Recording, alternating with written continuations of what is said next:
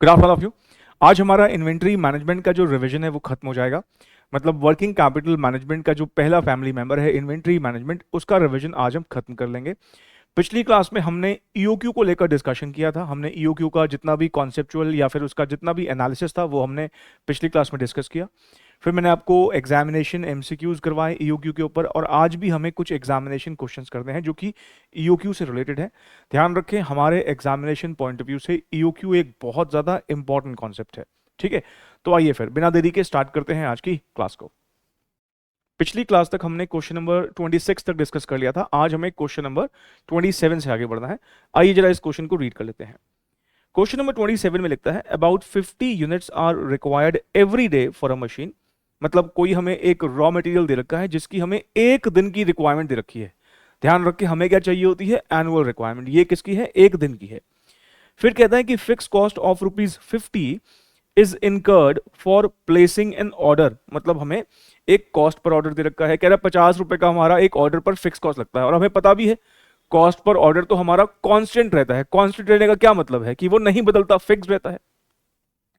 फिर कहता है इन्वेंट्री कैरिंग कॉस्ट जो है वो पर यूनिट तो है, लेकिन 0.02 जो इसने कैरिंग कॉस्ट हमें दिया है वो पर डे दिया है। मतलब पर यूनिट तो है लेकिन साथ में पर डे भी लिखा है, पर एनम नहीं है।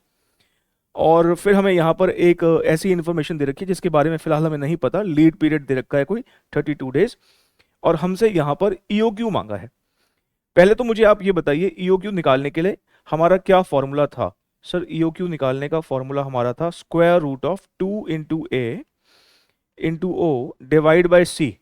जहां पर हमारा ए क्या होता था, जहां पर हमारा ए एनुअल रिक्वायरमेंट होता था, तो हमारा जो ए है यहाँ पर, क्योंकि हमें 50 यूनिट्स एक दिन का रिक्वायरमेंट दे रखा है और हमें पता है एक साल में 365 दिन होते हैं, तो हमें फिर क्या कर देना चाहिए, इसको 365 से मल्टीप्लाई कर देंगे तो हमारा एनुअल रिक्वायरमेंट निकल आएगा।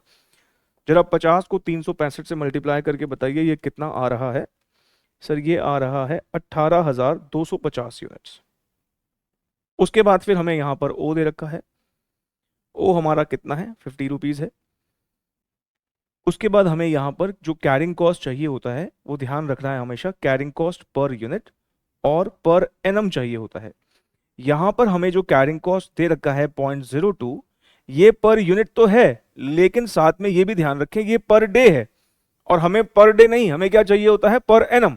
तो क्या करें फिर, सर इसको पर एनम में कन्वर्ट कर दो। कैसे, जैसे आपने एनुअल रिक्वायरमेंट निकाला था 365 से मल्टीप्लाई कर दिया था, क्योंकि ये भी पर डे का है तो पर एनम करने के लिए 365 से मल्टीप्लाई कर लेते हैं। बिल्कुल सही बात है। तो 0.02 क्योंकि एक दिन का कैरिंग कॉस्ट है और मुझे एक साल का चाहिए होता है, तो मैं इसको भी 365 से मल्टीप्लाई कर दूंगा। और जरा मुझे करके बताओ कि इसको 365 से मल्टीप्लाई करके क्या आ रहा है। सर ये आ रहा है 7.3। बस अब आपके पास तीनों आ चुका है। ईओक्यू के निकालने के लिए जो जो चाहिए होता है वो सब आपके पास है। अब बस आपको फॉर्मूला में ही तो पुट करना है। 2 इंटू 18,250 इंटू ओ मतलब 50 डिवाइडेड बाय 7.3। जरा ये सॉल्व करके बताइए कितना आ रहा है।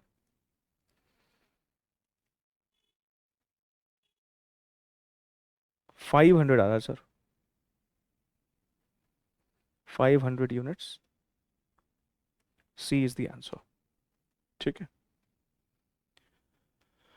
सर, जो इस क्वेश्चन में एक लीड पीरियड दे रखा है, देखिए लीड पीरियड ना बेसिकली एक और हमारा कॉन्सेप्ट होता है इन्वेंटरी मैनेजमेंट में, वो होता है कैलकुलेशन ऑफ इन्वेंटरी लेवल्स, जहां पर हम reorder level, maximum level, minimum level ये सब निकालना सीखते हैं, वहां पर लीड टाइम का यूज होता है। अब क्योंकि इस क्वेश्चन में ऐसा कुछ मांगा नहीं है, ईओक्यू के लिए लीड टाइम का कोई रिलेवेंस नहीं है। लीड टाइम बेसिकली होता है कि मैं जब कोई ऑर्डर प्लेस करता हूं तो मेरे पास कितने दिन में पहुंचता है। फॉर एग्जाम्पल मान लो आपने अमेजोन से कुछ ऑर्डर किया और अमेजोन ने कहा कि भाई 2 दिन के बाद डिलीवर करेंगे, मतलब 2 दिन हमें चाहिए, तो वो 2 दिन बेसिकली क्या है, लीड टाइम है। री ऑर्डर जो है, री ऑर्डर पीरियड भी बोल देते हैं उसको, डिलीवरी पीरियड भी बोल देते हैं, लीड टाइम भी बोल देते हैं, कई सारे इसके नाम है। मतलब जब भी आप कुछ ऑर्डर प्लेस करोगे तो हो सकता है ना आपके पास 2 दिन के बाद, 4 दिन के बाद, 7 दिन के बाद आए। जितना वक्त वो लगाएगा आपके पास पहुंचने में, उसी को लीड टाइम बोलते हैं। ईओक्यू के लिए हमें लीड टाइम की जरूरत नहीं पड़ती है।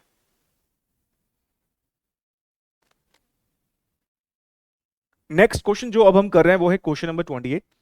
वैसे क्वेश्चन नंबर 28 ना सी एग्जाम में आया हुआ है, लेकिन मुझे लगता है कि हमारे एग्जाम में ये एज इट इज पूछा जा सकता है, तो आप इसको ना इंपॉर्टेंट मार्क कर लीजिएगा।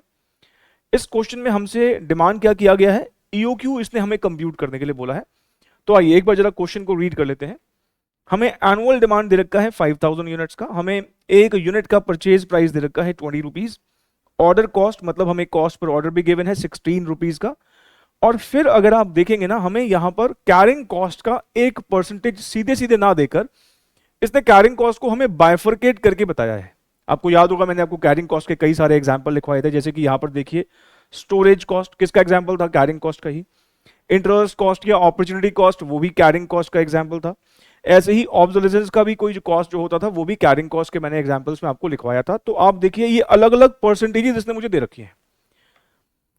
तो अब हमें अगर एक ही परसेंटेज करना हो तो क्या करना चाहिए, इन तीनों को जोड़ देंगे अगर, तो हमारी कैरिंग कॉस्ट परसेंटेज में आ जाएगी। इन तीनों को जोड़ के हमारा आ जाएगा 20%, है ना। 6 + 12 18, 18 + 2 20% हमारा हो जाएगा। तो हमें यहां पर कैरिंग कॉस्ट परसेंटेज में सीधे सीधे ना बताकर उसने बाइफरकेट करके बताइए। तो ठीक है, कोई दिक्कत नहीं है। सबसे पहले हम यहां पर ए लिख लेते हैं। ए हमारा कितना है, 5000 यूनिट्स है। उसके बाद हम अपना ओ लिख लेते हैं, कॉस्ट पर ऑर्डर वो 16 रुपीज का दे रखा है। फिर हमको कैरिंग कॉस्ट पहले परसेंटेज में निकाल लेते हैं, 2% + 12% + 6%, ये 20% हो गया। और मुझे अगर कैरिंग कॉस्ट रुपीज में चाहिए होगी तो इस 20% को मैं किस पर अप्लाई करूंगा, एक यूनिट के परचेज प्राइस पर जो कि 20 रुपए है।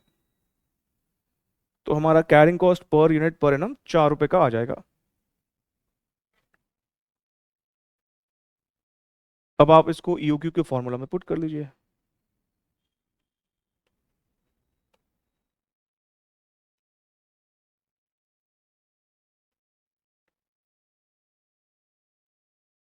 इंटू 16 डिवाइड बाई 4, जरा कैलकुलेट करके बताइए कितना आ रहा है।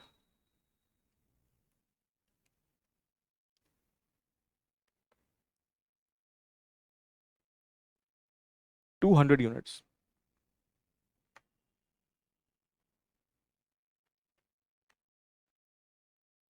B is the answer.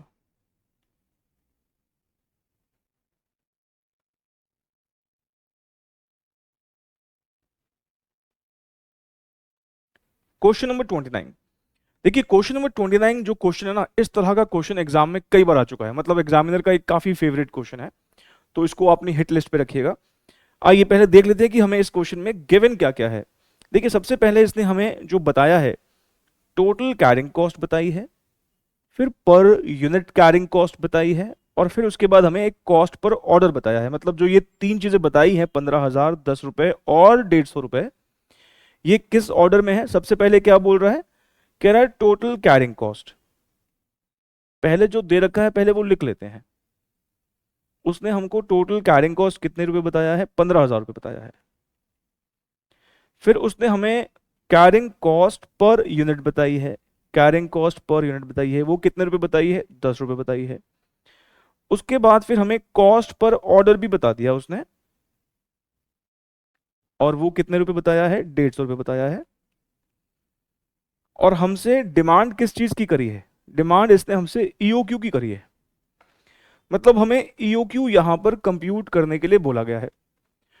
अब ना अगर आपने यहां पर ईओक्यू नॉर्मल तरीके से, स्टैंडर्ड तरीके से अगर निकालने की कोशिश करी, कैसे, मान लीजिए अगर आप ये वाला फॉर्मूला यूज करते हैं, √2 into A into O divide by C, तो आपके पास ना ओ भी है और सी भी है। मतलब आपके पास कॉस्ट पर ऑर्डर भी है और कैरिंग कॉस्ट पर यूनिट भी है। लेकिन आपको ए नहीं पता इस क्वेश्चन में, मतलब एनुअल रिक्वायरमेंट नहीं पता। देखो चार चीजें हैं इस फॉर्मूला में, ईओक्यू खुद, ए ओ और सी। तो चार में से तीन पता होंगी तब निकलेगा ना ईओक्यू, लेकिन चार में से हमको दो ही पता है। मैं कहना ये चाह रहा हूं कि यहां पर क्योंकि हमारे पास एनुअल रिक्वायरमेंट मिसिंग है, ये वाला फॉर्मूला आप नहीं लगा पाएंगे इस क्वेश्चन में। तो सर फिर क्या करें, यहां पे क्या करेंगे आप ध्यान से प्लीज देखिएगा।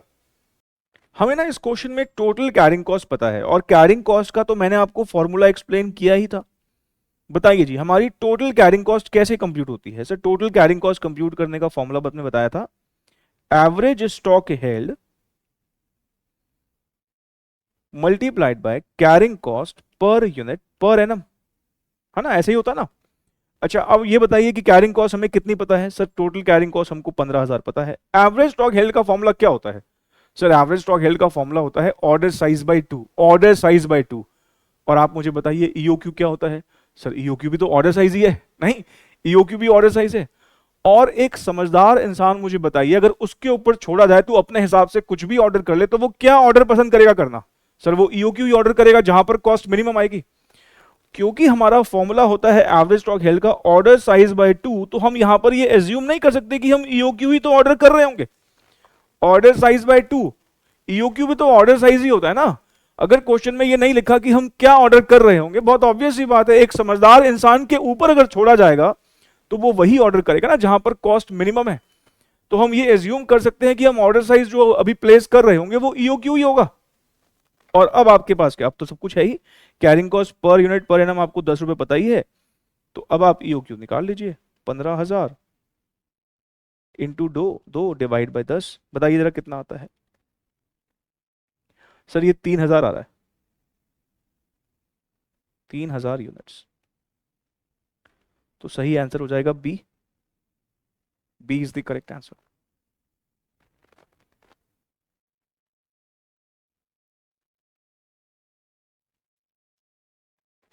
एक बच्चे का सवाल कि सर आपने यहां पर कॉस्ट पर ऑर्डर तो यूज ही नहीं किया। अरे कोई इंफॉर्मेशन जबरदस्ती थोड़ी यूज की जाती है, अगर यूज होगी तो करेंगे।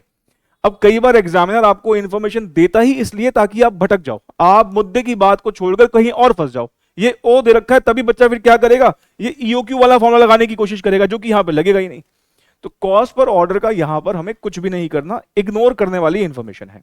आइए नेक्स्ट क्वेश्चन करते हैं जो कि बिल्कुल ऐसा ही क्वेश्चन है, जैसे मैंने कहा ना ये फेवरेट क्वेश्चन है एग्जामिनर का, बार बार अलग अलग तरीकों से पूछ लेता है। Question number 30, annual carrying cost of material Z is ₹4 per unit. मतलब हमें यहां पर carrying cost per unit per annum दे रखी है, पर यूनिट भी है।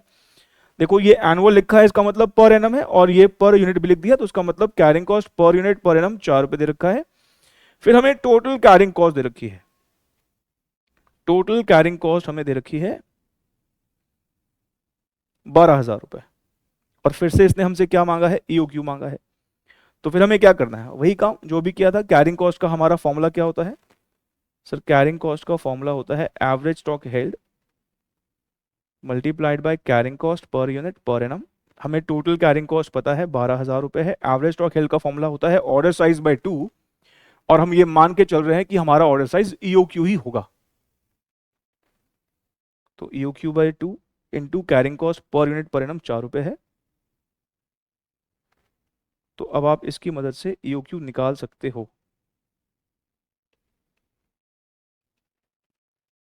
जरा बताना कितना आ रहा है? सर ये आ रहा है 6,000 units. D is the answer.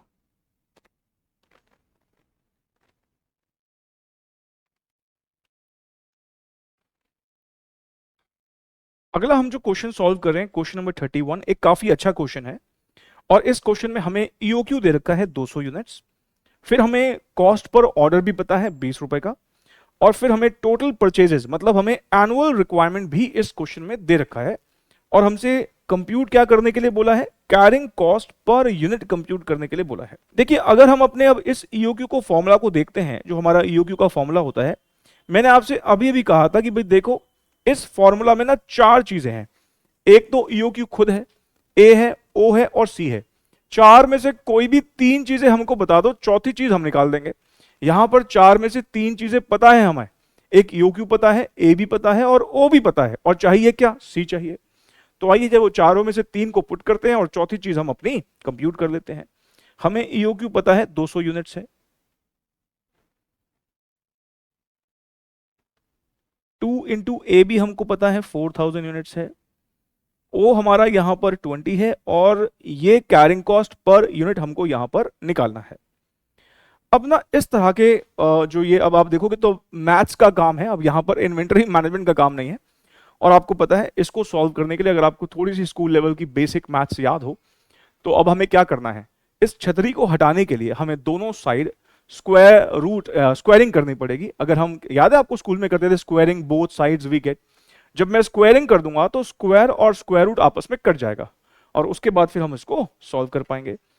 तो हम यहां पर लिख देते हैं स्क्वायरिंग बोथ साइड्स,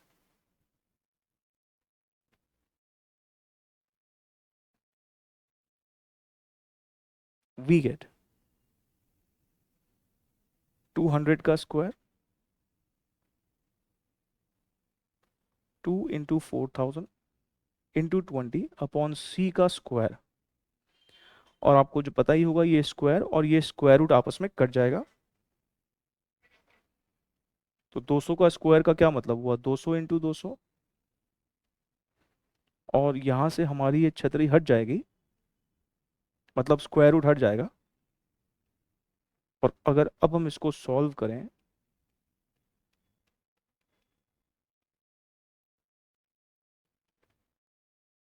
चलिए अब देख लीजिए कितना आ रहा है। अब तो कैलकुलेटर पे ही करना आपने बस। 2 इंटू 4000 इंटू 20 डिवाइड बाय 200, फिर से डिवाइड बाय 200, 4 रुपए आ रहा है।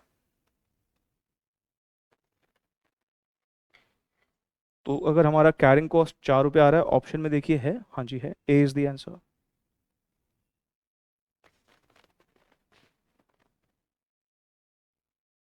क्वेश्चन नंबर 32, ये भी ना हमारे ही पास्ट ईयर के एग्जामिनेशन क्वेश्चन में से एक क्वेश्चन है। नीचे अटेम्प्ट लिखा नहीं हुआ लेकिन ये है एग्जामिनेशन क्वेश्चन ही। कह रहा है ABC company boys in lots of 125 boxes. कह रहा है कोई एबीसी कंपनी है जो 125 बॉक्सेस के लॉट्स में बाय करती है, which is a 3 month supply. देखो, हो सकता है ना कि हम जो प्रोडक्ट मैन्युफैक्चर कर रहे हैं और उसको बनाने के बाद बेचते हैं, उसके लिए हमें कुछ बॉक्सेस की जरूरत पड़ती हो। एग्जाम्पल के तौर पर जब आप मान लो किसी मिठाई की शॉप पर जाओगे तो वो आपको एक बॉक्स में मिठाई पैक करके देते हैं ना। तो ऐसी कई सारी इंडस्ट्रीज होंगी जिसमें पैकिंग के लिए बॉक्सेस की जरूरत पड़ती होगी, तो वो भी एक तरह का तो रॉ मटेरियल तो है। फिनिश्ड आउटपुट को कंप्लीट करने के लिए वो बॉक्स की जरूरत पड़ेगी। कह रहा अभी ना हम एक बॉक्स जो है वो लेके आते हैं, और जो हम बॉक्सेस मंगवाते हैं एक बारी में, अभी फिलहाल 125 बॉक्सेस मंगवा रहे हैं, और ये 125 बॉक्सेस जो है ना ये 3 महीने की सप्लाई है। ध्यान रखें इस क्वेश्चन में लास्ट में, क्योंकि हमसे ईओक्यू मांगा है, तो एट लास्ट हमें एनुअल रिक्वायरमेंट चाहिए। ये 125 बॉक्सेस क्योंकि 3 महीने की सप्लाई है, तो अगर ये 3 महीने की सप्लाई है, 125 बॉक्सेस अगर 3 मंथ्स की रिक्वायरमेंट है, तो 12 महीनों की कितनी होगी, निकाल लीजिए आप। 125 को 12 से मल्टीप्लाई करके 3 से डिवाइड कर देते हैं तो 500 आएगा, 500 बॉक्सेस आएगा। और थोड़ी सी भी कॉमन सेंस लगाइए ना, ये कह रहा है 3 महीने की रिक्वायरमेंट है ये, इसका मतलब 1 क्वार्टर की रिक्वायरमेंट है। और 1 साल में कितने क्वार्टर होते हैं, 4 क्वार्टर होते हैं। तो अगर मैं 125 को 4 से मल्टीप्लाई कर दूंगा तो सीधा ही एनुअल रिक्वायरमेंट आ जाएगा। और अभी भी आप देखो तो 4 से ही तो मल्टीप्लाई किया है, ये 3 और ये 12 अगर आपस में कट जाएंगे तो कितना बचेगा, कितना है, 4 से तो मल्टीप्लाई होगा। ठीक है, तो हमारा यहां पर एनुअल रिक्वायरमेंट हमने कंप्यूट कर लिया। उसके बाद हमें कह रहा है कि जो ये बॉक्स है ना, ये हमें एक बॉक्स की कॉस्ट 125 रुपए पड़ती है। जरूर कोई महंगा सामान बेच रहे हैं, तभी हम बॉक्स बॉक्स पे ही 125 रुपए का खर्चा कर रहे हैं। ठीक, चलिए ये हमारे बॉक्स की कॉस्ट है, मतलब एक जो हमारा यूनिट है रॉ मटेरियल का, उसका परचेज प्राइस दे रखा है। फिर हमें कॉस्ट पर ऑर्डर दे रखा है, तो कॉस्ट पर ऑर्डर हमें कितना दे रखा है, ओ दे रखा है 250 रुपए। उसके बाद कैरिंग कॉस्ट हमें दे रखी है 20%। तो अगर हमें carrying cost per unit per annum निकालना हो तो 20% किसके ऊपर अप्लाई करते हैं, एक यूनिट के परचेज प्राइस पर। एक यूनिट का परचेज प्राइस मतलब एक बॉक्स का परचेज प्राइस 125 रुपए है। 125 रुपए का 20% निकालोगे तो 25 रुपए आ जाएगा। बस अब क्या, खत्म, ईओक्यू में पुट कर दो। तो यहां मेन जो वर्किंग थी वो एनुअल रिक्वायरमेंट की ही थी बस। 2 इंटू ए हमारा 500 है, इंटू ओ 250 है, डिवाइड बाय सी 25 है। 2 इंटू 500 इंटू 250 डिवाइड बाय 25, और स्क्वायर रूट अगर करते हैं तो 100 आ रहा है। ये 100 बॉक्सेस इज द आंसर। तो सी आंसर हो जाएगा।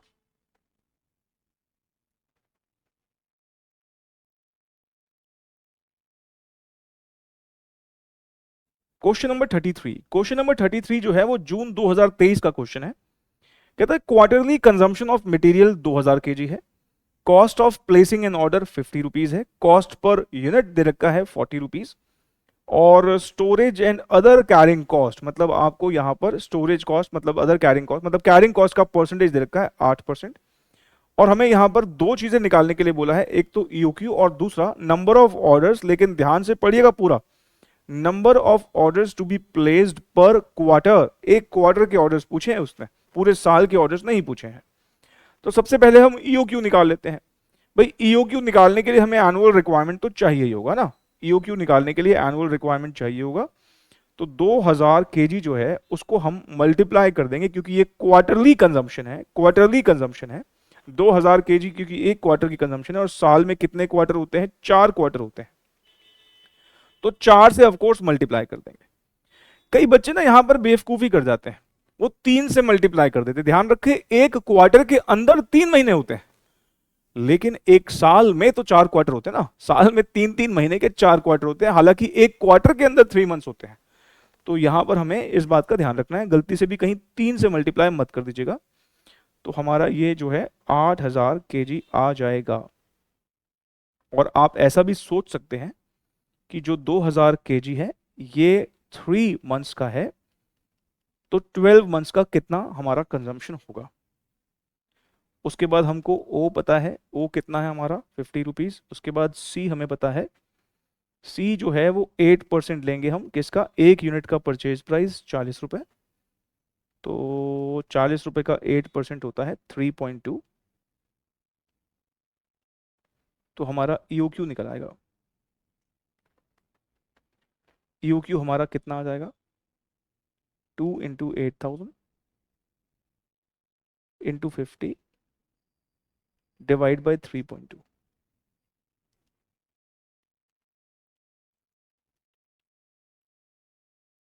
500 आ रहा है।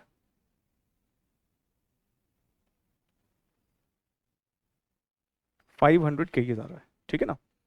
तो हमें ये तो पता लग गया कि आंसर या तो सी है या डी है ना। जानते हो, जो नंबर ऑफ ऑर्डर्स साल के निकाल देंगे उनके लिए भी आंसर है, और जो सही निकालेंगे मतलब एक क्वार्टर का निकालेंगे उनके लिए भी आंसर है। तो बच्चे अगर मान लो डी टिक कराते हैं तो वो गलत हो जाएगा। 16 ऑर्डर कैसे निकलेंगे, अगर मान लीजिए आप ये कर लेते हैं, अच्छा हमारा ऑर्डर साइज, भाई ईओक्यू क्या होता है, ऑर्डर साइज होता है, और नंबर ऑफ ऑर्डर कैसे निकालते हैं, annual requirement divide by order size. तो बच्चे को लगेगा एनुअल रिक्वायरमेंट 8000 की है और ऑर्डर साइज 500 का है, 8000 को 500 से डिवाइड अगर कर देते हो तो 16 आता है, 16 आता है। ध्यान रखिए, जो 16 आप अभी ऐसे निकालेंगे वो number of orders per year है, एक साल के ऑर्डर है।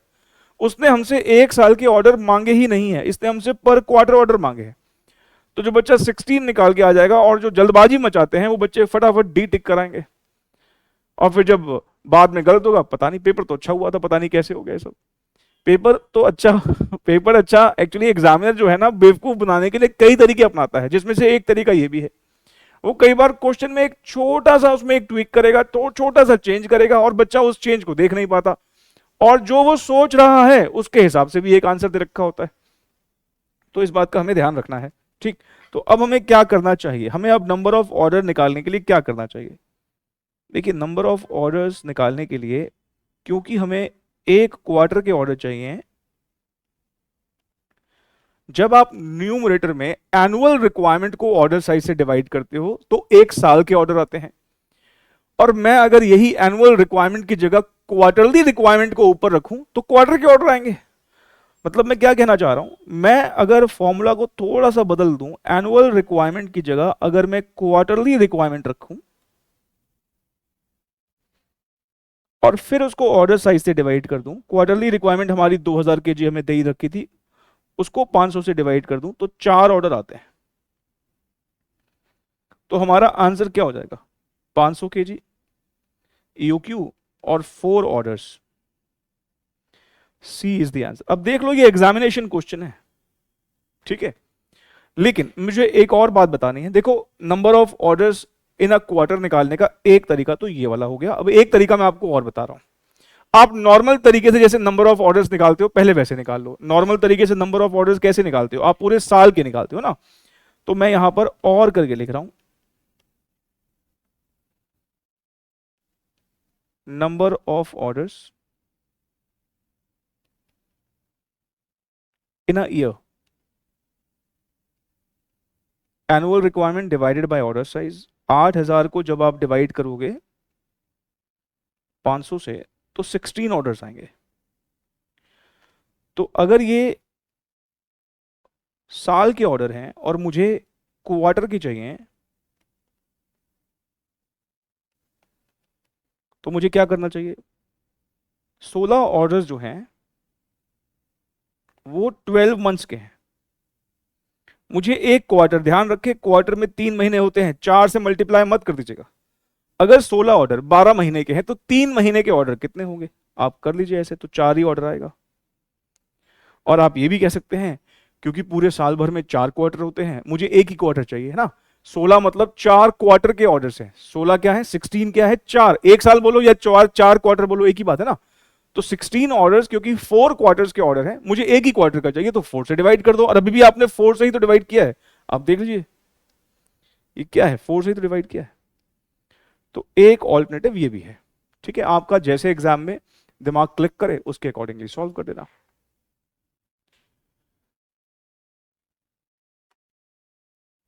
देखिए अब ना कई बच्चों का ध्यान जाता है ये वर्ड पर। वो कहते हैं कि सर देखो यहां तो लिखा था कि 8% ऑफ एवरेज इन्वेंट्री कॉस्ट, पर आपने तो बिल्कुल जैसे करते थे वैसे ही कर दिया। देखो रेगुलर बैच में मैं इस बात को प्रूव करवाता हूं कि अगर ये एवरेज वर्ड नहीं हो और एवरेज वर्ड हो, दोनों का एक ही मतलब है, कोई फर्क नहीं पड़ता। तो अगर आपके पास टाइम है, जैसे मैंने पहले भी आपसे कहा था, अगर आपके पास वक्त है, आपका अटेम्प्ट इमीडिएट नहीं ड्यू, तो आपको इन्वेंटरी मैनेजमेंट जो हमने रेगुलर बैच का अपलोड कर रखा है आपको वो देखना चाहिए, और उसके नोट्स आपको उसी पर्टिकुलर क्लास के डिस्क्रिप्शन में मिल जाएंगे अगर आपके पास टाइम है। लेकिन अगर आपका अटेम्प्ट जल्दी ही ड्यू है, आप इतना वक्त नहीं अफोर्ड कर सकते, फिर इस रिवीजन क्लास से भी काम चला लेंगे। लेकिन इस एवरेज वर्ड का एज सच कोई स्पेशल मीनिंग नहीं है। एवरेज वर्ड का आप सिग्निफिकेंस आप ऐसे समझे, आप मुझे ये बताइए कैरिंग कॉस्ट हमेशा आप कैसे निकालते हो? सर एवरेज स्टॉक हेल्ड के अकॉर्डिंग नहीं निकालते ना, मतलब जो हमने एवरेज इन्वेंट्री कैरी करी होती है उस पर निकालते हैं, इसलिए ये एवरेज वर्ड है। और वहां मैंने इसको प्रूव करवाया है जब हमने रेगुलर बैच में किया है कि ये एवरेज वर्ड को इज्जत दो या इस एवरेज वर्ड को इग्नोर करो, दोनों से फाइनल जो क्रक्स निकलेगा, कंक्लूजन निकलेगा, वो एक ही निकलेगा। तो आप इस एवरेज वर्ड को, अगर आपने रेगुलर बैच नहीं देखा है, अगर वो देखा है फिर तो आपको पता ही होगा कि मैं क्या बोलना चाह रहा हूं, और नहीं देखा है तो उसको इग्नोर करें। 8% जैसे हम अप्लाई करते थे वैसे ही अप्लाई करेंगे। ठीक, चलिए अगले क्वेश्चन की तरफ बढ़ते हैं। हमारा नेक्स्ट क्वेश्चन नंबर 34, ये दिसंबर 2022 में ये क्वेश्चन आया था। इस क्वेश्चन में भी हमें ईओक्यू पता है। अब देखिए ईओक्यू हमको दे रखा है कॉस्ट पर यूनिट, मतलब ये तो एक यूनिट का परचेज प्राइस हो गया, और कॉस्ट पर ऑर्डर हमें पता है। कैरिंग कॉस्ट जो है परसेंटेज में उसने बता रखी है। यहां पर भी एवरेज वर्ड लिखा है, मैंने कहा इसे फिलहाल आप इग्नोर कर सकते हैं, इसका वही मतलब है जो हम जनरली देखते हैं। हमसे यहां पर इस बार एनुअल कंजम्पशन मांगा है, मतलब हमसे एनुअल रिक्वायरमेंट यहां पर मांगा है, तो कोई बात नहीं। फिर से वही बात, जैसे मैंने आपसे कहा ईओक्यू में टोटल 4 चीजें हैं, एक ईओक्यू खुद, उसके बाद ए, ओ और सी। 4 में से अगर आप हमें 3 चीजें बता दोगे तो चौथी चीज हम निकाल देंगे। यहां पर हमें क्या क्या बता रखा है? हमें ईओक्यू बताया है 3000 यूनिट्स है, हमें ओ भी पता है 18 रुपए है, और कैरिंग कॉस्ट हम निकाल लेंगे 20% ऑफ 1.5। एक यूनिट का परचेज प्राइस 1.5 है, मल्टीप्लाइड बाय 20% अगर करते हैं तो 0.3 आता है, और एनुअल रिक्वायरमेंट इसने हमसे मांगी है। तो 4 में से 3 चीजें पता है ना हमें, तो बस ठीक है। अब ये चारों 3 चीजें जो पता है वो आप पुट कर दो और चौथी चीज निकाल लो। 3000 is equals to 2 into A into O divide by 0.3। और आपको पता है अभी अभी हमने क्या किया था, छतरी हटाने के लिए क्या करना है, स्क्वायरिंग बोथ साइड्स।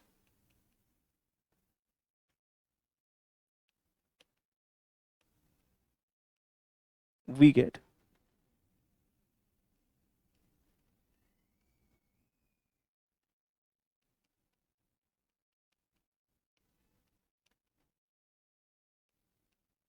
और ये स्क्वायर और ये स्क्वायर रूट आपस में कट जाएगा।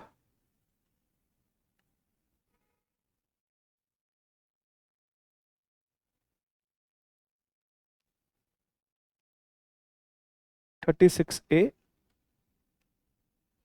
अपॉन 0.3 तो a इज इक्वल्स टू क्या हो जाएगा,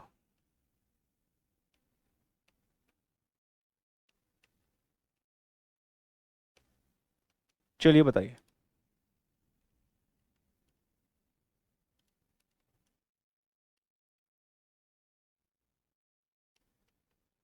75,000 आ रहा है ना?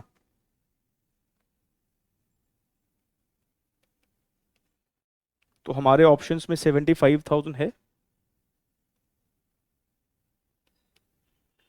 सी इज द करेक्ट आंसर।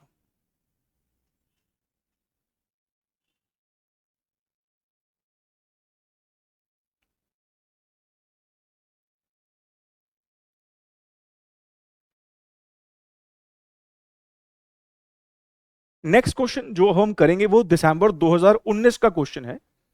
और इस क्वेश्चन में क्या बोले, एक कंट्रोवर्सी है, मैं बताऊंगा अभी क्या है, लेकिन आइए पहले क्वेश्चन को रीड कर लेते हैं। कह रहा है EOQ for the form is 7200 units, मतलब हमें ईओक्यू दे रखा है। Minimum order size stipulated by the supplier is 9000 units for utilising a cash discount on the purchase price. अभी देखते हैं इसका क्या मतलब है। The annual usage of the material in units is 80,000, मतलब हमें एनुअल रिक्वायरमेंट दे रखा है। और फिर हमें कॉस्ट पर ऑर्डर भी दे रखा है 100 रुपए का। If the company decides to utilize cash discount, savings in the total ordering cost will be। देखिए, पहले तो आप मुझे ये बताइए, जैसे आपने पिछली क्लास में मुझसे ईओक्यू का हमने एनालिसिस जब हमने डिस्कस किया था, तो हमने एक बात ये नोटिस करी थी कि ईओक्यू ही वो ऑर्डर साइज है जहां पर हमारी कॉस्ट कम से कम आएगी। सबसे कम हमारी कॉस्ट कहां पर आएगी? ईओक्यू पर आएगी। ईओक्यू के अलावा कोई भी ऑर्डर साइज हमारे हित में नहीं है। आप ईओक्यू से ज्यादा ऑर्डर करेंगे तब भी आपकी टोटल कॉस्ट जो है बढ़ जाएगी। आप ईओक्यू से कम भी ऑर्डर कर लेते हो तब भी आपकी टोटल कॉस्ट बढ़ जाएगी। मतलब टोटल कॉस्ट बढ़ना तय है अगर आप ईओक्यू से डेविएट करोगे। ये बात हमने पिछली क्लास में प्रूव भी करके देखी थी, हमने बढ़ा के भी देखा था, घटा के भी देखा था, लेकिन अल्टीमेटली हम इसी कंक्लूजन पर आए कि ईओक्यू जो है वही सबसे ज्यादा बेस्ट ऑर्डर साइज है हमारे लिए। नहीं, लेकिन हमें यह भी बात पता है कि अगर हम ईओक्यू से ऊपर की तरफ बढ़ते हैं, आप याद करो पिछली क्लास में हमने जो क्वेश्चन किया था, अगर हम हमारा ऑर्डर साइज ईओक्यू से ज्यादा करेंगे तो उस केस में, क्योंकि ऑर्डर साइज बढ़ा रहे हैं, ऑर्डर साइज बढ़ाएंगे तो हमारी ऑर्डरिंग कॉस्ट घट जाएगी। ऑर्डरिंग कॉस्ट में तो सेविंग होगी ना, लेकिन हमारी कैरिंग कॉस्ट बहुत ज्यादा शूटअप कर जाएगी। और अगर हम इसी तरीके से ईओक्यू से कम ऑर्डर साइज ऑर्डर करेंगे तो हमारा कैरिंग कॉस्ट घटेगा, क्योंकि कैरिंग कॉस्ट और ऑर्डर साइज के बीच में डायरेक्ट रिलेशनशिप होता है, लेकिन हमारा ऑर्डरिंग कॉस्ट काफी ज्यादा बढ़ जाएगा।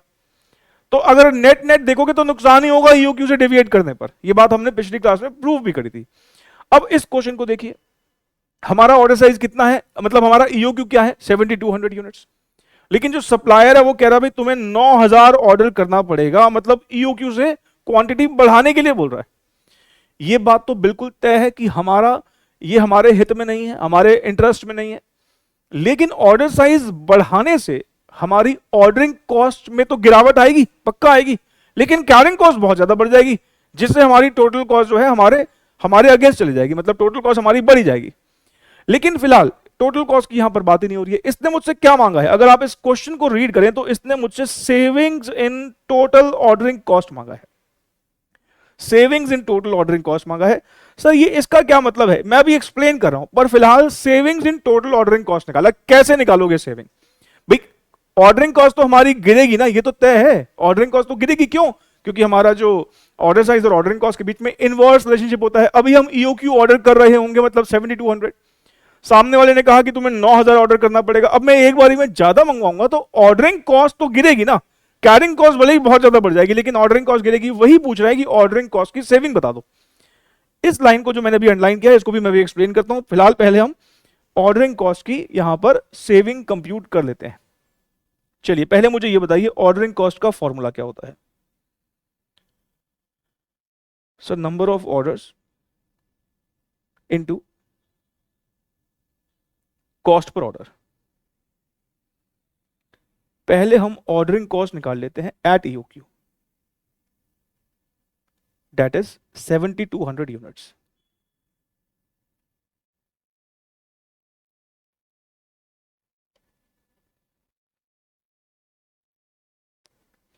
चलिए नंबर ऑफ ऑर्डर कैसे आते हैं? Sir annual requirement divided by order size. Annual requirement हमारा 80,000 है, ऑर्डर साइज हमारा 7200 है, into cost per order. Cost per order हमारा कितना है? 100। है ना, ये क्या है एनुअल रिक्वायरमेंट, ये क्या है ऑर्डर साइज। तो ये करते ही क्या आ जाएगा नंबर ऑफ ऑर्डर, और इसको हम किससे मल्टीप्लाई कर देंगे 100 से। तो अगर आप इसको कंप्यूट करोगे तो ये कुछ 1111 आ रहा है।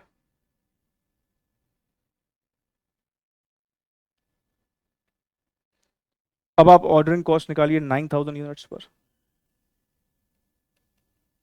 जो उसने बोला है मिनिमम ऑर्डर साइज।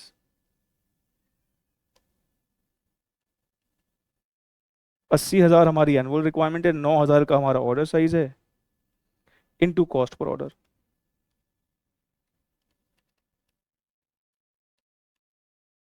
ये हमारा आ रहा है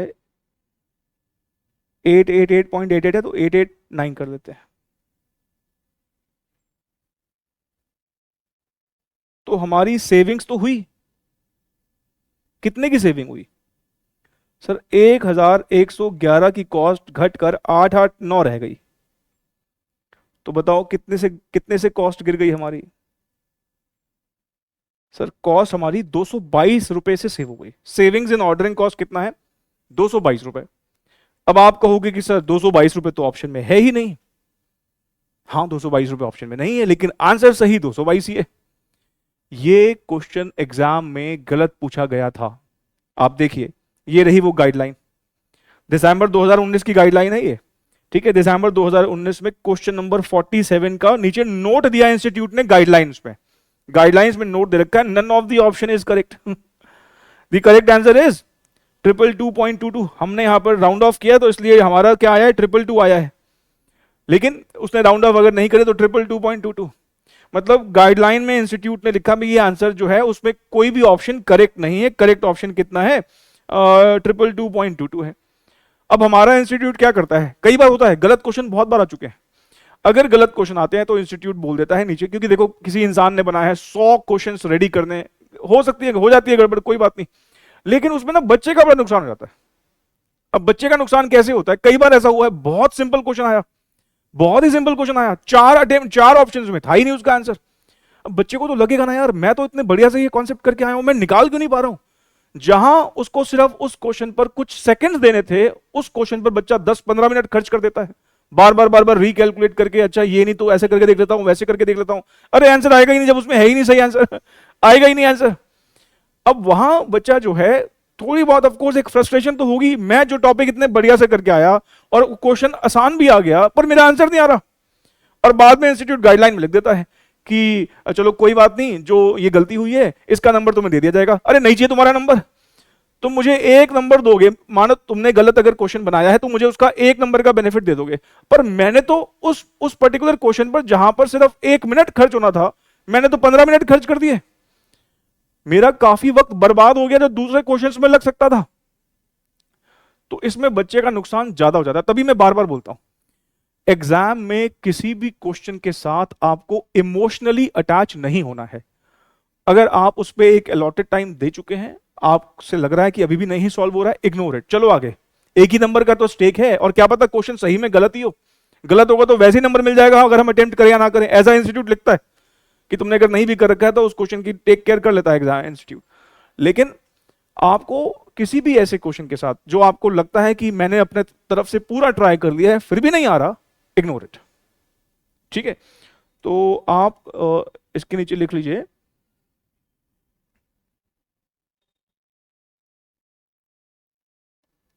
none of the option is correct. देखिए थियोरेटिकल कॉन्सेप्ट्स में अगर हम देखें तो ईओक्यू की जो एजम्पशंस है वो एक काफी इंपॉर्टेंट कॉन्सेप्ट है, इसके ऊपर थियरी एमसीक्यूज आते हैं। आइए जरा एक एक करके ये एजम्पशंस को डिस्कस कर लेते हैं। देखिए हमें ईओक्यू का फॉर्मूला पता है, हाँ सर पता है, क्या फॉर्मूला होता है, square root of 2 into A into O divide by C. मतलब अगर हम इस फॉर्मूला को देखें तो इसमें सबसे पहला कंपोनेंट है ए का, एनुअल यूजेज, एनुअल रिक्वायरमेंट। तो इसमें एक असम्पशन उसी को लेकर है। आप देखिए यहां पे क्या लिखता है, कहता है total usage is known with certainty. मतलब अगर आपको ईओक्यू कंप्यूट करना है, मतलब ऑर्डर साइज अगर कंप्यूट करना है, ऑर्डर साइज मतलब हम एक बारी में कितना मंगवाना चाहते हैं ये मुझे अगर डिसाइड करना है तो मुझे पूरे साल भर की एनुअल यूजेज कंजम्पशन मुझे पहले से ही एस्टिमेट करनी पड़ेगी। और ये assumptions कहती है कि ये हमें बिल्कुल सर्टेनिटी से पता है, मतलब हम बिल्कुल सर्टेन है कि हमारा पूरे साल भर में इतना ही रॉ मटेरियल लगेगा। पर बिजनेस एनवायरनमेंट इतना डायनामिक होता ना आजकल के दौर में, पूरे साल भर की एनुअल रिक्वायरमेंट सही बताऊं एक्यूरेसी से नहीं पता लग सकती, आप बस एक अंदाजा ही लगा सकते हो। हालांकि अब क्या करें, कोई भी फॉर्मूला बनता है तो एजम्पशंस के बिना तो फॉर्मूला बन ही नहीं सकता, एजम्पशन लेना तो हर एक फॉर्मूला की एक प्री रिक्विजिट है। तो बस ठीक है, एक इसमें ये एजम्पशन है कि जो हमारा उसमें एनुअल रिक्वायरमेंट होता है वो हम बिल्कुल सर्टेनिटी के साथ, हाँ हम बिल्कुल श्योर है कि यही एनुअल रिक्वायरमेंट लगने वाला है। उसके बाद आप उस फॉर्मूला में देखें तो एक ओ है और दूसरा सी है, मतलब अगर हम देखें कि जो रॉ मटेरियल से रिलेटेड कॉस्ट है, हमने दो कॉस्ट पर फोकस किया, एक कॉस्ट पर ऑर्डर और दूसरा carrying cost per unit per annum, मतलब ऑर्डरिंग कॉस्ट और कैरिंग कॉस्ट। तो ये मॉडल कहीं ना कहीं ये भी एज्यूम करता है कि दो ही तरह की कॉस्ट होती है रॉ मटेरियल से एसोसिएटेड, एक ऑर्डरिंग कॉस्ट और दूसरा carrying cost.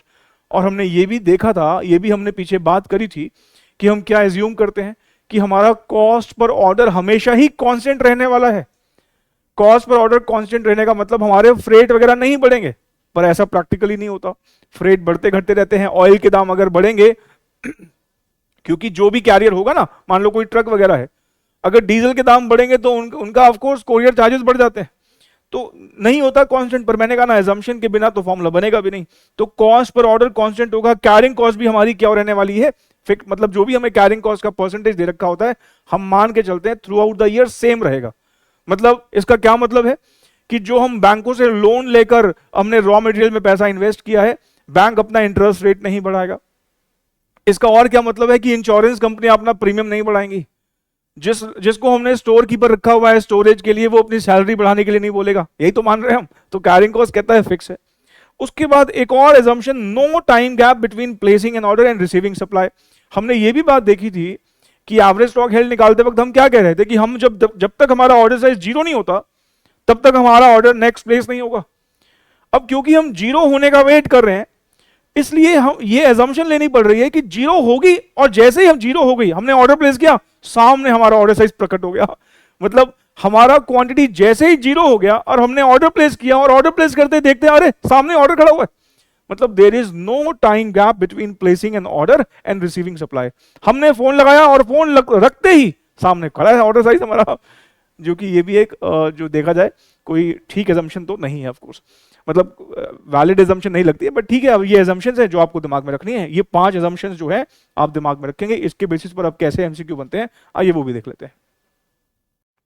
Question number 36, question number 36 में वो हमसे पूछ रहा है which of the following is not a valid assumption of EOQ model. कह रहा है इसमें से बताइए कौन सा वैलिड एजम्पशन ईओक्यू का नहीं है। डिमांड फॉरकास्ट इज अवेलेबल, मतलब जो हमारी एनुअल रिक्वायरमेंट, जो हमारी रॉ मटेरियल की डिमांड है वो हमें पहले से ही पता है, हाँ ठीक है ये होता है। Inventory can be replenished immediately, मतलब जो हमारी इन्वेंट्री खत्म हो गई है उसकी हम वापस से भरपाई, मतलब उसमें जो रिफिल कराना है वो हम फटाफट कर लेते हैं, मतलब उसमें कोई टाइम गैप नहीं है, हाँ ये भी एक अजम्पशन होता है। कॉस्ट पर ऑर्डर इज वेरिएबल, वेरिएबल नहीं फिक्स होता है, कॉस्ट पर ऑर्डर क्या रहता है कांस्टेंट। तो कौन सा इसमें से वैलिड अजम्पशन नहीं है, ये सी नहीं है। और कैरिंग कॉस्ट भी फिक्स होता है, ये भी हमें पता है, देख लिया हमने, तो उसका करेक्ट आंसर सी है। दिसंबर 2019 का क्वेश्चन है। फिर जून 2022 में आया, कहता है which of the following is not an assumption of EOQ model. Total usage of the commodity for a given period is known with certainty, हाँ बिल्कुल ठीक है। और हमने ये भी देखा था कि जो हमारी कंजम्पशन होती है वो through out the year even होती है। याद है एग्जाम्पल 100 का 80, 80 का 60, मतलब हर रोज हम 20 का कंजम्पशन कर रहे थे, बिल्कुल ठीक बात है। There is sufficient gap between placing the order and receiving the supply, gap ही तो नहीं चाहिए, गैप आ गया तो प्रोडक्शन रुक जाएगा, ये इसका सही एजम्पशन नहीं है, ठीक है। और आगे देखिए बाकी एजम्पशन है, कॉस्ट पर ऑर्डर हमारा कांस्टेंट रहता है, बिल्कुल ठीक है। कैरिंग कॉस्ट हमारा जो है वो भी हमारा फिक्स रहता है, बिल्कुल ठीक है। मतलब इसका सही आंसर क्या हो जाएगा, बी हो जाएगा। देखिए अगर आप मुझसे पहले से जुड़े हुए हैं, मतलब अगर आप इस रिवीजन सीरीज को पहले से फॉलो कर रहे हैं, आपने दूसरे टॉपिक भी मेरे साथ रिवाइज किए हैं, तो आपने ये बात मुझसे कई बार सुनी होगी कि हम इस रिवीजन सीरीज में इस बात का ध्यान रख रहे हैं कि हम जो भी करें वो एग्जामिनेशन पॉइंट ऑफ व्यू से बहुत रिलेवेंट हो, मतलब हमारा सारा फोकस एग्जामिनेशन पर है। और जब हम रेगुलर बैच करते हैं तो हमारा फोकस एग्जामिनेशन के साथ साथ उन चीजों पर भी होता है जो अभी तक नहीं पूछा गया पर फ्यूचर में आ सकता है। मतलब हम कवरेज को बहुत ज्यादा इंपॉर्टेंस देते हैं, स्टडी मैट भी कर लिया, पास्ट ईयर के एग्जाम क्वेश्चंस भी कर लिए, कुछ सीए का अच्छा है तो वो भी कर लिया। मतलब जब रेगुलर बैच में करते हैं तो हमारा जो ऑब्जेक्टिव होता है वो पूरी कवरेज रखना होता है। लेकिन रिवीजन सीरीज में हम क्या करते हैं, हम थोड़ा रिलेवेंट रहते हैं, जो एग्जाम में ज्यादा पूछने की प्रोबेबिलिटी रखता है उस पर ज्यादा फोकस करते हैं। तो अभी तक मैंने आपको इस चैप्टर में जितने भी कॉन्सेप्ट्स करवाए वो कॉन्सेप्ट्स हमारे एग्जामिनेशन पॉइंट ऑफ व्यू से अल्ट्रा इंपॉर्टेंट थे, और आप कह सकते हो कि एग्जाम के पॉइंट ऑफ व्यू से जितना ज्यादा इंपॉर्टेंट था वो मैंने सब आपको करवा दिया है। अब ना ये कुछ क्वेश्चंस और भी हैं, जैसे अगर आप देखें तो क्वेश्चन नंबर 38। अब ये क्वेश्चन इन्वेंट्री लेवल से है। अगर आपने रेगुलर बैच की मेरी क्लासेस देखी हैं तो आपने वहां देखा होगा क्लास नंबर 4 से हमने इन्वेंट्री लेवल्स पर बात की थी। वहां पर हमने reorder level, maximum level, minimum level, average level, danger level, ये सारे लेवल्स देखे थे और भरपूर प्रैक्टिस करवाई थी मैंने वहां पर। हमारे एग्जाम में हालांकि अभी तक अगर हम देखें तो ये एक लौता क्वेश्चन पूछा गया, और वो भी सिर्फ एक फॉर्मूला पर पूछा गया है, बहुत ज्यादा तो हैवी नहीं किया। मतलब अगर मैं इन्वेंट्री लेवल्स पे देखूं तो ज्यादा क्वेश्चंस नहीं पूछे गए हैं अभी तक। लेकिन मैंने आपसे बोला कुछ भी नहीं पता इंस्टीट्यूट का। आपके पास अगर टाइम है, बार बार बोल रहा हूं, अगर आपके पास टाइम है तो बिल्कुल आपको रेगुलर बैच का ही देखना चाहिए, और वो अपलोडेड भी है। लेकिन अगर टाइम नहीं है तो फिर ऑफ कोर्स आपको इंपॉर्टेंट तक ही अपने आप को सीमित रखना पड़ेगा। तो ये कॉन्सेप्ट्स अगर आप देखना चाहते हैं डिटेल में तो फिर आप रेगुलर बैच की क्लासेस देखिए, बिकॉज रिवीजन सीरीज में मैंने फिर से बोलूंगा हमारा फोकस सिर्फ इंपॉर्टेंट चीजों पर है जिसकी प्रोबेबिलिटी ज्यादा है। ठीक है, ऐसे ही हमने रेगुलर क्लासेस में लास्ट क्लास में एबीसी एनालिसिस क्या होता है, एक थ्योरेटिकल एस्पेक्ट, थ्योरेटिकल एक इस पर जनरली एमसीक्यू आ जाता है, उस पर हमने बात करी है, तो वो भी आप वहां से देख सकते हैं। और आखिरी क्लास में, मतलब क्लास 7 क्लासेस टोटल आप देखोगे, प्लेलिस्ट वाले सेक्शन में जाओगे तो टोटल 7 क्लासेस अपलोडेड है, और हर एक क्लास लगभग 2 घंटे की है, मतलब 14 आवर्स का इन्वेंट्री मैनेजमेंट है हमारे सिलेबस से। अगर पूरी कवरेज अगर करना चाहते हैं आप, उसी में आप देखोगे लास्ट क्लास में ही सेफ्टी स्टॉक पर भी डिस्कशन है। सेफ्टी स्टॉक कह लो, और उसी से रिलेटेड एक और कॉस्ट होती है। अभी हमने देखा तो 3 कॉस्ट देखी, एक परचेज कॉस्ट, ऑर्डरिंग कॉस्ट और कैरिंग कॉस्ट। तो आप देखोगे एक चौथी कॉस्ट भी हमने डिस्कस करी है, इसको स्टॉक आउट कॉस्ट बोलते हैं। स्टॉक आउट कॉस्ट क्या होता है कि जब हमारे पास कस्टमर आया और हमने बोला भाई हमारे पास तो है ही नहीं, जो वो मांग रहा है हमारे पास है ही नहीं, तो हमारे पास नहीं है तो वो कस्टमर कहीं और चले जाएगा, तो हमारा रेवेन्यू का कहीं ना कहीं लॉस हो गया, तो उसको स्टॉक आउट कॉस्ट कहते हैं। तो उसका भी डिस्कशन हमने कर रखा है जब आप रेगुलर बैच वाला देखते हैं। तो मैं फिर से बोलूंगा, अगर आपके पास वक्त कम है तो बस फिर आप ऑफ कोर्स इतने तक ही सीमित रखें, लेकिन अगर आपके पास वक्त है और अगर आप ये वाले एमसीक्यूज को भी डिटेल में, डेप्थ में देखना चाहते हैं तो वो हमने रेगुलर बैच में अपलोड कर ही रखा है। तो मैं अब कह सकता हूं एग्जामिनेशन पॉइंट ऑफ व्यू से हमारा वर्किंग कैपिटल मैनेजमेंट की फैमिली का जो पहला मेंबर इन्वेंटरी मैनेजमेंट, उसको हमने डिस्कस कर लिया है। अगली क्लास से हम इसके सेकंड मेंबर की तरफ बढ़ेंगे। तो मिलते हैं हम नेक्स्ट क्लास में। Thank you so very much, take care, bye.